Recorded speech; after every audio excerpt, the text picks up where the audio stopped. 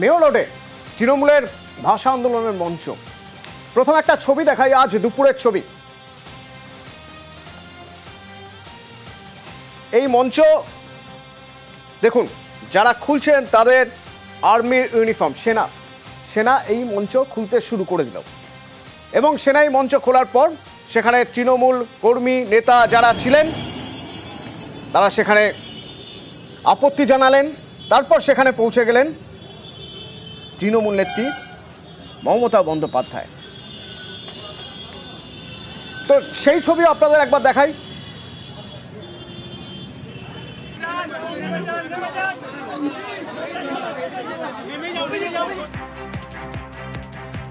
আমার সঙ্গে সরাসরি পারাদীপ রয়েছে, আমি একবার পারাদীপের সঙ্গে কথা বলবো। এই মঞ্চ খোলা হয়ে গেছে প্রায়, সেই মঞ্চের সামনে থেকে পারাদীপ আমার সঙ্গে রয়েছে। পারাদীপ, আজ দুপুরে কি হলো? হঠাৎ করেই আমরা যে ছবি দেখতে পাচ্ছি যে সেই ছবিতে দেখা যাচ্ছে সেনা জওয়ানরা তারা মঞ্চের উপরে উঠে গেছেন, বাঁশ থেকে দড়ি খুলছেন। কি হয়েছিল?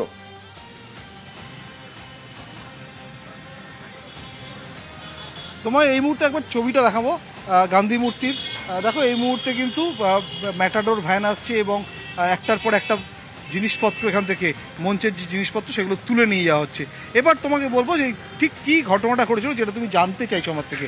দেখো, এদিন ঠিক দুপুরবেলা 3টে সাড়ে 3টে নাগাদ খবর আসে যে তৃণমূল কংগ্রেসের যে ধর্ণা মঞ্চ, যে প্রতিবাদ মঞ্চ গান্ধী মূর্তির তলায়, সেই গান্ধী মূর্তি পাদদেশে সেই ধর্ণা মঞ্চ খুলে ফেলছে সেনাবাহিনীর জওয়ানরা। এবং আমরা এসে যে ছবিটা আমাদের চোখে পড়ে, একেবারে ব্যতিক্রমী ছবি, নজিরবিহীন ছবি বলা যেতে পারে। যে সেনাবাহিনীর জওয়ান তারা বাঁশের ম্যারাকের ওপরে উঠে একটার পর একটা বাঁশ খুলছে, বাঁধন খুলে পুরো মঞ্চের যে ওপরে যে ছাউনি, সেই ছাউনি খুলে ফেলা হচ্ছে। তুমি জানো যে গত কয়েক সপ্তাহ ধরে তৃণমূল কংগ্রেস বাঙালি অস্মিতা এবং রাজ্যের বাইরে বাংলা ভাষাভাষী এবং বাঙালিকে হেনস্থা করার প্রতিবাদে সপ্তাহান্তে বিভিন্ন তাদের শাখা সংগঠনের পক্ষ থেকে প্রতিবাদ সভা করছিল। এবং এই প্রতিবাদ সভা চলছিল গান্ধী মূর্তির পাদদেশে। এবং এই যে প্রতিবাদ সভা, এই প্রতিবাদ সভা সপ্তাহান্তে এক একটা সংগঠন এক এক সপ্তাহে দায়িত্ব নিচ্ছিল।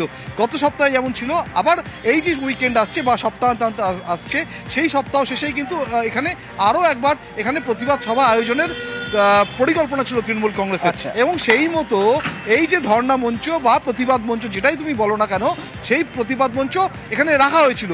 এবং সেনাবাহিনীর পক্ষ থেকে হঠাৎ করেই অতর্কিতে এসে কোনো আগাম নোটিশ ছাড়া, আগাম কোনো বিজ্ঞপ্তি ছাড়া, আগাম কোনো ইনফরমেশন ছাড়া সেই ধর্ণা মঞ্চ বা প্রতিবাদ মঞ্চ খুলে ফেলার কাজে হাত লাগানো হয়। এবং এখানে তখন এই খবর পাওয়ার সঙ্গে সঙ্গে এখানে সংগঠকদের পক্ষ থেকে তৃণমূল কংগ্রেসের বৈশান্য চট্টোপাধ্যায়, পুরপিতা কলকাতা কর্পোরেশনের, কলকাতা পুরসভার, তিনি এসে উপস্থিত হন এবং তিনি কথা বলেন, তিনি বুঝিয়ে বলার চেষ্টা করেন। কিন্তু সেনাবাহিনীর জওয়ানরা তারা কোনো কথা শুনতেই নারাজ ছিলেন। এবং তারা এরপর আমরা দেখি পুলিশ আধিকারিকদের কাছে খবর গেছে, পুলিশ আধিকারিকরা তারা এসে পৌঁছেছেন, তারা সেনাবাহিনী যারা আধিকারিক বা জওয়ান যারা ছিল উচ্চপদস্থ তাদের সঙ্গে কথা বলেন। কিন্তু কোনোতেই কোনো কিছু ফলপ্রসূ হয় না, নিজেদের অবস্থানে অনড় থাকেন সেনাবাহিনীর জওয়ানরা। এবং এই মুহূর্তে সেই ছবিটা আরও একবার তোমায় দেখাবো, যে ধর্ণা মঞ্চে গত কয়েক সপ্তাহ ধরে বাঙালি অস্মিতা এবং রাজ্যের বাইরে বাংলা ভাষাভাষী মানুষ এবং বাঙালিদের হেনস্থার প্রতিবাদে প্রতিবাদ সভা চালাচ্ছিল তৃণমূল কংগ্রেসের বিভিন্ন শাখা সংগঠনের পক্ষ থেকে, সেই সভামঞ্চ কিন্তু খুলে ফেলা হয়েছে। এবং এরপরে আমরা দেখি একটা সময় খবর যায় তৃণমূল সুপ্রিমো মুখ্যমন্ত্রী মমতা বন্দ্যোপাধ্যায়ের পরে আসেন। তুমি বলছো পারাদীপ, ধন্যবাদ। সেই তৃণমূল নেত্রী মমতা বন্দ্যোপাধ্যায় আসেন, এসে রীতিমতো সুর চড়ান, বিজেপির বিরুদ্ধে সেনা ব্যবহারের অভিযোগ করেন, সেনাকে রাজনৈতিক স্বার্থে ব্যবহার করা হচ্ছে অভিযোগ করেন, প্রশ্ন তোলেন, পুলিশকে বলে কেন মঞ্চ খোলানো হলো না? আমাদের মাইকের কানেকশন কেটে দিয়েছে, স্টেজ ভেঙে দিয়েছে, আপনারা দেখতে পাচ্ছেন। প্যান্ডেল আর্মিকে দিয়ে খুলিয়েছে। আমার আর্মির বিরুদ্ধে কোনো ক্ষোভ নেই, তার কারণ we are proud of our army. কিন্তু আর্মিকে যখন বিজেপির কথায় চলতে হয়, তখন দেশটা কোথায় যায় সেটা নিয়ে সন্দেহ জাগে। এখানে কোনো দেখুন গাড়ি চলাচলে কোনো অসুবিধে নেই, কোনো রাস্তা বন্ধ নেই। আমাদের প্রোগ্রাম স্যাটারডে আর সানডে দুদিন করে হয় এবং তার জন্য আমাদের পারমিশনও নেওয়া ছিল। প্রয়োজনে আমাদের বলতো, পুলিশ ফোর্সকে বলতো, দরকার হলে পুলিশ ফোর্স আমাদের পার্টির সাথে কথা বলে আমাদের প্যান্ডেল খুলে দিতে পারতো, আমরাই খুলে দিতাম। এবং আমরা অন্য জায়গায় শিফট করতে পারতাম। আমি যখন এখানে আসছিলাম প্রায় 200-র মতো আর্মি তারা আমাকে দেখে ছুটে পালাচ্ছিল। আমি বললাম, why you are running away, you are my friend. এটা আপনাদের দোষ নয়, আপনারা বিজেপির কথায় করেছেন, দিল্লির ডিফেন্স মিনিস্টারের কথায় করেছেন। I am not blaming the army, I am blaming BJP party, their minister, and if they misuse army like this, you can see in your own eyes. पीछा में क्या है? छुपा रुस्तम बीजेपी पार्टी है and their government. They misuse army because of their political vendetta and political purpose. It is unethical, unconstitutional, undemocratic and misuse of BJP power. BJP দেশের লজ্জা, তারা কখনোই মানুষের সমর্থন পাবে না। সব এজেন্সিকে গভর্নমেন্টের ললিপপ করে দিয়েছে। ভেবেছিলাম আর্মিটা পারবে না। আর্মিকেও যদি মিসইউজ করে এইভাবে, তাহলে নিরপেক্ষতা কোথায় থাকবে, সংবিধান কোথায় থাকবে? ইলেকশন আসলেই তার 6-7 মাস আগে বদনাম করবার জন্য এজেন্সি পাঠিয়ে দেয়। একটা এজেন্সির নাম বলুন যারা নিরপেক্ষ। এরা একটাই পক্ষ, স্বৈরাচারী পক্ষ, বিজেপি পক্ষ।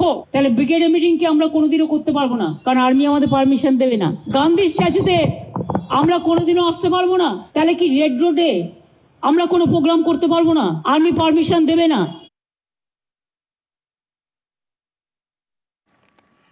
তাহলে এবার তৃণমূলের মঞ্চ স্থানান্তর হচ্ছে রানী রাসমণি রোডে। এবার থেকে রানী রাসমণি রোডে ধর্ণা মঞ্চ, 2 দিন নয় 7 দিনই ধর্ণা মঞ্চে অবস্থান। রাজ্য জুড়ে প্রতিবাদ কাল তৃণমূলের। আমাদের আন্দোলন ভাষা সন্ত্রাসের বিরুদ্ধে চলছে এবং চলবে, আরো জোরদার হবে। এবং আজকে যে ঘটনা ঘটিয়েছে বিজেপি, তার বিরুদ্ধে আমি আগামীকাল বেলা 2টো থেকে 4টে সব ব্লকে ব্লকে, সব ওয়ার্ডে ওয়ার্ডে, সব জেলায় জেলায়, সমস্ত পঞ্চায়েতে পঞ্চায়েতে আমি প্রতিবাদ মিছিল ভাষা সন্ত্রাসের বিরুদ্ধে, আমাদের যে ধর্ণা মঞ্চ ছিল সেই মঞ্চকে ভেঙে দেওয়ার প্রতিবাদে এদের প্রোগ্রাম চলবে। আর রানী রাসমণি রোডেও কাল সকাল থেকে প্রোগ্রাম শুরু হবে, আজকে স্টেজটা বাঁধার পর। কিন্তু মেয়র রোডে তৃণমূলের মঞ্চ কেন সেনা খুলে দিল? সেনার কি ভার্সন, সেনা কি বলছে? আবির রয়েছে আমাদের সঙ্গে। আবির, সেনা তরফে কিছু জানানো হয়েছে, কেন এই মঞ্চ খোলা হয়েছে? বক্তব্য হচ্ছে যে 2 দিনের জন্য অনুমতি নেওয়া হয়েছিল, এক্ষেত্রে 3 দিন হয়ে গিয়েছে। যদি 3 দিন হয়ে গিয়ে থাকে তাহলে নতুন করে প্রতিরক্ষা মন্ত্রকের কাছ থেকে অনুমতি নিতে হবে, সেই অনুমতি নেওয়া হয়নি। একই সঙ্গে তাদের বক্তব্য যে 2 দিনের অনুষ্ঠানের কথা বলা হলো, 1 মাস ধরে সেখানে এই অস্থায়ী কাঠামোটি তৈরি হয়েছিল, সে কারণেই তারা সরিয়েছে। তবে এক্ষেত্রে দাঁড়িয়ে তারা পুলিশের সঙ্গে যোগাযোগ করেছিল কিনা, পুলিশের সাথে কথা বলেছিল কিনা, বা কেন তারা নিজে থেকে গেল, এক্ষেত্রে দাঁড়িয়ে সেই রাজনৈতিক দলের সঙ্গে তারা কোনো কথা বলেছে কিনা, সেই সংক্রান্ত কোনো বিবৃতি এর মধ্যে উল্লেখ নেই।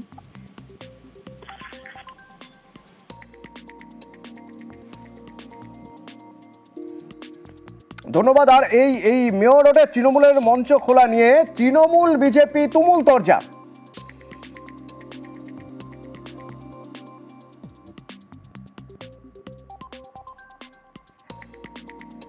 যদি সেনার কোনো বক্তব্য থাকে তারা কমিউনিকেট করবে, একটা প্রসেস থাকবে। ডেকোরেটর বেঁধেছে, ডেকোরেটর খুলবে। এ তো সেনা নামিয়ে তৃণমূলের আন্দোলন ভাঙার চেষ্টা হচ্ছে। কেন্দ্রীয় সরকার আর্থিক বঞ্চনা দিয়ে পারেনি, কেন্দ্রের হাতে থাকা বিভিন্ন কমিশনের বেশ কিছু প্রতিনিধি দল পাঠিয়ে, কমিটি পাঠিয়ে পারেনি, আর এক শাখা সংগঠন কেন্দ্রীয় এজেন্সিগুলি দিয়ে পারেনি, সর্বশেষ সেনা নামিয়েছে। সেনা তৃণমূলকে ঠেকাতে সিবিআই ইডির পর এবার সেনা। মাননীয় মুখ্যমন্ত্রী আমাদের দলনেত্রীর নির্দেশে আমরা খুব স্পষ্টভাবে জানিয়ে দিচ্ছি যে সেনা নামিয়ে আমাদের এই ভাষা আন্দোলনের আওয়াজ বন্ধ করা যাবে না। ওরা যদি ওখানে অকারণ সংঘাত তৈরি করতে চায়, আমরা কোনো প্ররোচনায় পা দেব না।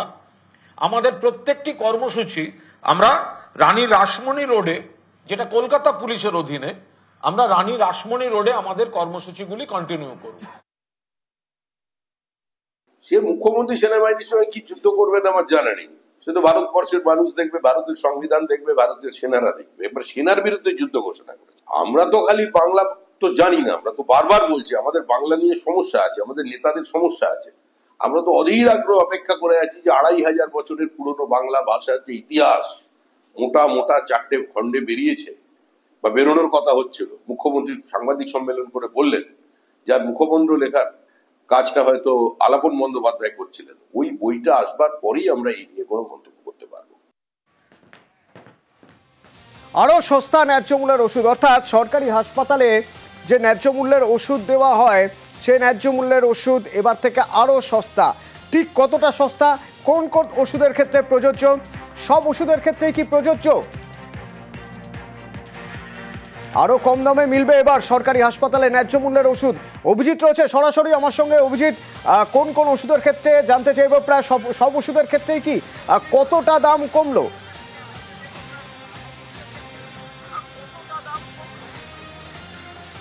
অতনু, ন্যায্য মূল্যের ওষুধের দোকান শুরু হয়েছিল রাজ্যে 2012 সাল থেকে এবং এখন বর্তমানে প্রায় শতাধিক, প্রায় 150-র কাছাকাছি ন্যায্য মূল্যের ওষুধের দোকান রাজ্যের বিভিন্ন সরকারি মেডিকেল কলেজ এবং বিভিন্ন সরকারি হাসপাতাল এবং সুপার স্পেশালিটি হাসপাতালগুলোতে, যেখানে 50% ওপরে ছাড়ে দুস্থ রোগীরা তারা এই ওষুধ পান এবং 88% 88% সর্বাধিক ছাড় পাওয়া যেত।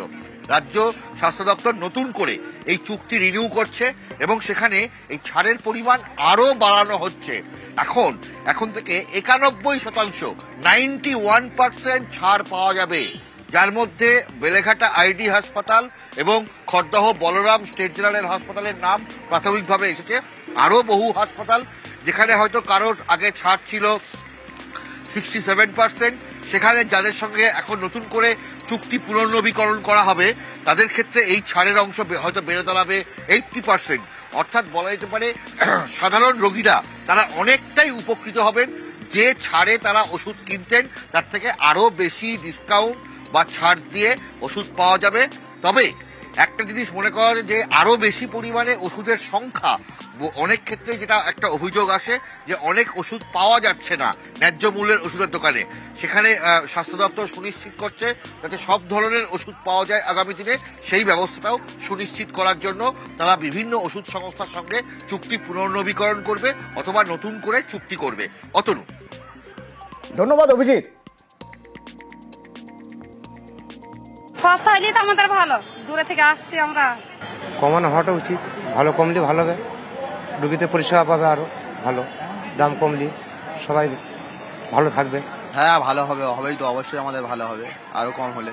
কমলে ভালো হবে, আমাদের গরিব মানুষ সুবিধা হবে, একটু কমালে ভালো হবে, আমাদের গরিব মানুষ সুবিধা হবে। হ্যাঁ সুবিধা হবে, হ্যাঁ আমাদের লাভ হবে, সুবিধা সব দিক থেকে সুবিধা হবে, সবারই সুবিধা। পুজোর আগে আরও 2টি রুটে এসি লোকাল ট্রেন, পুজোর আগেই এই দুটো রুটে নতুন এসি লোকাল পাওয়া যাবে। কোন কোন রুটে এসি লোকাল জানবো। ইরন রয়েছে আমার সঙ্গে। ইরন, অতনু দেখো, পুজোর আগেই কিন্তু রেলের উপহার, কারণ রেলের তরফ থেকে ইতিমধ্যেই শিয়ালদা থেকে রানাঘাটের যে এসি লোকাল ছিল সেটা তো ছিলই, এছাড়াও আরো 2টি রুটে নতুন এসি লোকাল চালু করা হচ্ছে। একটা শিয়ালদা থেকে একটি ট্রেন কৃষ্ণনগর জংশন পর্যন্ত যাবে এসি লোকাল, এছাড়াও আরেকটি এসি লোকাল যেটা চালু করা হচ্ছে সেটি কিন্তু চালু করা হচ্ছে শিয়ালদা থেকে ভায়া বনগা পৌঁছবে এবং বনগা রুটে একটি এসি লোকাল চালু করা হচ্ছে এবং বারাসাত হয়ে বনগা পৌঁছবে। এই 2টি ট্রেন কিন্তু ইতিমধ্যেই চালু করার সিদ্ধান্ত জানানো হলো রেলের তরফ থেকে। কবে উদ্বোধন হবে, রেলের তরফ থেকে শিয়ালদা ডিভিশনের পক্ষ থেকে জানানো হয়েছে পুজোর আগে এই 2টি রেক চালু করা হয়ে যাবে এবং পাশাপাশি এর টাইমিং টেবিলও জানানো হয়েছে এবং এই রেকের যে ভাড়া সর্বোচ্চ এক জায়গায় 150 টাকা, আরেক জায়গায় 140 টাকা এবং রেলের যেভাবে এসি রেকের সাফল্য ইতিমধ্যেই তারা পাচ্ছেন সেটা মাথায় রেখে আরো বেশ কিছু সংখ্যক নতুন রেক নিয়ে আসার পরিকল্পনা তারা কিন্তু করছেন। আগামী দিনে এই রেকের সংখ্যা যে আরো বাড়তে চলেছে সেটা কিন্তু ইতিমধ্যেই বলা হচ্ছে। সব মিলিয়ে আমি আরো একবার দর্শককে জানিয়ে রাখতে চাইবো, একটা হচ্ছে শিয়ালদা থেকে ভায়া বারাসাত বনগা হয়ে রানাঘাট, দ্বিতীয়টি শিয়ালদা হয়ে ভায়া রানাঘাট কৃষ্ণনগর সিটি এবং রানাঘাট কারণ এসি রেকের মেনটেন্যান্সের যাবতীয় জায়গা কিন্তু রানাঘাটই থাকছে। এই 2টি রেক নতুন 2টি লাইনে এসি ট্রেন চালু করতে চলেছে শিয়ালদা ডিভিশনের কর্তৃপক্ষ এবং সেটা পুজোর আগেই কয়েকদিনের মধ্যে আনুষ্ঠানিকভাবে এই পথ চলা শুরু করবে। ধন্যবাদ ইরন। পুজোর আগে আরও 2টো রুটে এসি লোকাল পাওয়া যাবে, সেটা হচ্ছে Sealdah via Barasat Bongaon Ranaghat AC local. এই শিয়ালদা রানাঘাট যে এসি লোকাল, এই এসি লোকালের ভাড়া ধার্য করা হচ্ছে 150 টাকা। Sealdah via Ranaghat Krishnanagar city junction, এই শিয়ালদা কৃষ্ণনগর সিটি জংশনের ভাড়া 140 টাকা, শুরু হবে আগামী সপ্তাহ থেকেই। এর আগে শিয়ালদা রানাঘাট এসি লোকাল ছিল, মেন লাইনে চালু হয়েছিল, আর আগামী সপ্তাহ থেকে নতুন দুটো রুট চালু হচ্ছে এসি লোকালের। Sealdah via Barasat Bangaon Ranaghat AC local, Sealdah via Ranaghat Krishnanagar city junction AC local.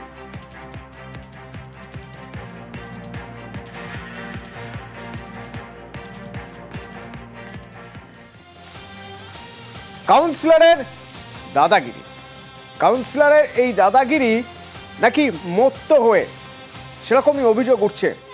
যে সময়ের ঘটনা শিলিগুড়ির ছবি, যে সময়ের ছবি, সেই সময়ে ঠিক কি হয়েছিল দেখুন।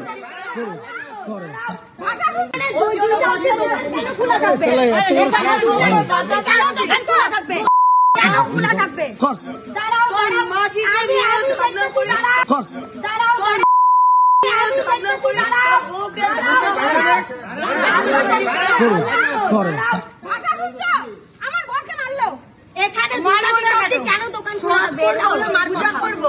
এখানে 2-4 লোক এখানে 2-4 লোক আমার ওয়ার্ডে কেন বলা হলো? তাহলে আগে আমার ঢাকাটা কেন বলা হলো? কেন বলা হলো? কেন বলা হলো? কেন বলা হলো? কেন বলা হলো? 2-3টা অবধি দাঁড়াও, দোকান খোলা।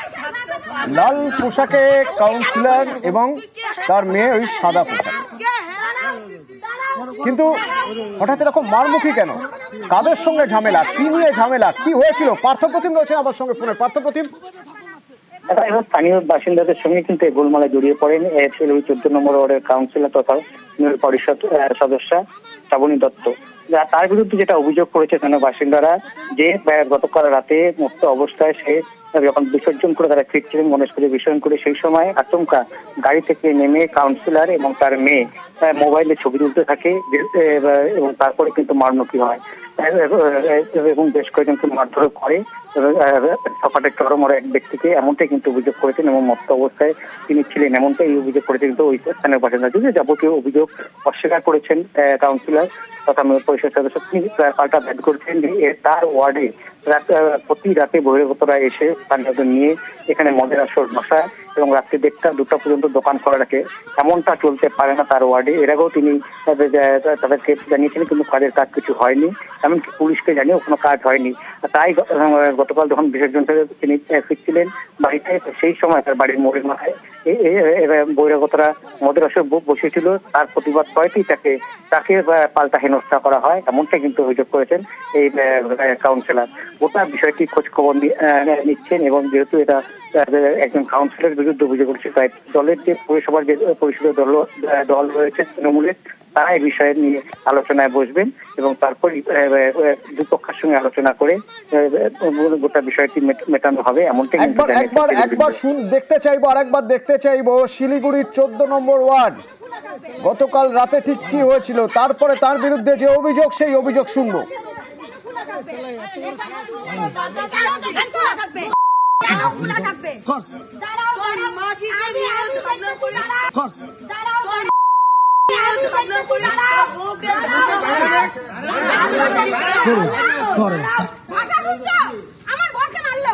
এখানে কেন দোকান করবো? এখানে 2-4 লোক এখানে 2-4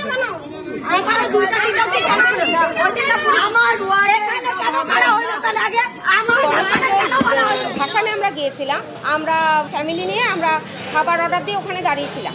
হঠাৎ করে আমাদের যে 14 নম্বর ওয়ার্ডের কাউন্সিলর শ্রাবণী দত্ত আর ওনার মেয়ে রীতিমতো মদ্যপ অবস্থায় গাড়ি থেকে নেমে আমাদের ভিডিও করতে থাকেন। আমরা ভিডিও করার প্রতিবাদ করাতে উনি আমাদের সাথে আরও যারা দুজন ছিল ইনক্লুডিং আমার হাজব্যান্ড, উনি আমাদের শারীরিক নির্যাতন করেন। রাতে মেয়র এসেছিলেন, আমরা জিডি করতে গেছিলাম, আমাদের জিডিটা তখন নেওয়া হয়নি, পরে বড় স্যার এখানে এসে জিডি নিয়েছেন। আমরা চাইছি এর বিচার, আমরা কাউন্সিলরের পদত্যাগ চাইছি। হুমকি, হামলার অভিযোগ এই সব খারিজ করে দিচ্ছেন কাউন্সিলর, বরং তার দাবি বহিরাগত দৌরাত্ম্য হচ্ছিল, তার প্রতিবাদ করাতেই কুৎসা করা হচ্ছে। হঠাৎ করে ওরকমই একটা পরিবেশ ওইখানে সৃষ্টি হয়েছে। ওদের গায়ে আবির ঠাবির মাখা ছিল, বেশিরভাগই অচেনা মুখ ছিল। সেখানে আমি যখন শুধুমাত্র এইটুকু বলেছিলাম যে এত রাতে এখানে ওপেনলি এগুলো কেন করা হচ্ছে, আমার পুরো গাড়ির কাঁচটা ভেঙে দেওয়া হয়, কি দিয়ে হয় সেটাও আমি বলতে পারবো না। এবং তারপরে আমি তাদেরকে বোঝানোর চেষ্টা করি, কিন্তু র্যান্ডামলি তারা আমার সাথে, আমি উদ্ধত্ত কেন হব না? আমার মেয়ে মেডিকেলে করানো হয়েছে, আমার মেয়ের মাথায় লেগেছে কাজ দিয়ে। এই অবিলম্বে আমি চাচ্ছি যে হ্যাঁ, সবটারই বিচার হোক, খতিয়ে দেখা হোক। আমার যদি কোনো দোষ থেকে থাকে আমি স্বীকার করে নেব। আবহাওয়ার খবরে নজর রাখা যাক, কারণ বঙ্গোপসাগরে ফের একবার নিম্নচাপ এবং আজ রাত থেকেই কলকাতায় ভারী বৃষ্টির সম্ভাবনা। কি বলছে হাওয়া অফিস জানবো। বিশ্বজিৎ রয়েছে আমার সঙ্গে ফোনে। বিশ্বজিৎ, আগামী 24 ঘন্টার মধ্যে ভারী থেকে অতি ভারী বৃষ্টির সম্ভাবনা দক্ষিণবঙ্গের বেশ কয়েকটি জেলায়, তার মধ্যে কলকাতাতেও ভারী বৃষ্টির সম্ভাবনা রয়েছে আগামী 24 ঘন্টায়, এমনই পূর্বাভাস আবহাওয়া দপ্তরের। শুধুমাত্র কলকাতায় ভারী বৃষ্টি নয়, দক্ষিণ 24 পরগনা জেলাতে অতি ভারী বৃষ্টিরও সম্ভাবনা রয়েছে বেশ কিছু এলাকায়। এছাড়াও ভারী বৃষ্টির সম্ভাবনা রয়েছে হাওড়া, হুগলি, পূর্ব ও পশ্চিম মেদিনীপুর, এই জেলাগুলিতে ভারী বৃষ্টির সম্ভাবনা রয়েছে। মূলত নিম্নচাপ তৈরির কারণেই এই ভারী থেকে অতি ভারী বৃষ্টির সম্ভাবনার কথা জানাচ্ছে আবহাওয়া দপ্তর। একটি সক্রিয় ঘূর্ণাবর্ত রয়েছে যেটি উত্তর পূর্ব বঙ্গোপসাগরে, ওই উত্তর বঙ্গোপসাগরের মূলত উত্তর ওড়িশা উপকূলে, কিছুটা বাংলা সংলগ্ন এই উপকূলে এই সক্রিয় ঘূর্ণাবর্ত আগামী 24 ঘন্টায় নিম্নচাপে পরিণত হবে এবং নিম্নচাপের প্রভাবেই সমুদ্র উত্তাল থাকবে। তাই আজ থেকে বুধবার পর্যন্ত মৎস্যজীবীদের সমুদ্রে যেতে নিষেধ করা হয়েছে। অন্যদিকে ভারী বৃষ্টি হবে, দমকা ঝোড়ো বাতাস বইতে পারে উপকূলের জেলাগুলিতে এবং এই ভারী বৃষ্টি শুধুমাত্র আগামী 24 ঘন্টা নয়, আগামী 48 ঘন্টাতেও দক্ষিণ 24 পরগনা, উত্তর 24 পরগনা এবং পূর্ব ও পশ্চিম মেদিনীপুর, ঝাড়গ্রামেও আগামী 48 ঘন্টা অর্থাৎ পরবর্তী 24 ঘন্টাতেও ভারী বৃষ্টির সম্ভাবনা থাকবে বেশ কিছু এলাকায়, বেশ কিছু জেলাতে। এবং তাছাড়া সব জেলাতেই দক্ষিণবঙ্গেই বিক্ষিপ্তভাবে বজ্রবিদ্যুৎ সহ বৃষ্টি চলবে বৃহস্পতিবার পর্যন্ত। উত্তরবঙ্গেও ভারী বৃষ্টির সম্ভাবনা রয়েছে। উত্তরবঙ্গে মঙ্গল এবং বুধবার মূলত জলপাইগুড়ি, আলিপুরদুয়ার এই দুই জেলাতে ভারী বৃষ্টির সম্ভাবনা বিক্ষিপ্তভাবে, বাকি ওপরের 5 জেলাতেই বিক্ষিপ্তভাবে বজ্রবিদ্যুৎ সহ বৃষ্টির সম্ভাবনা থাকবে বুধবার পর্যন্ত, এমনটাই জানাচ্ছে আলিপুর আবহাওয়া দপ্তর।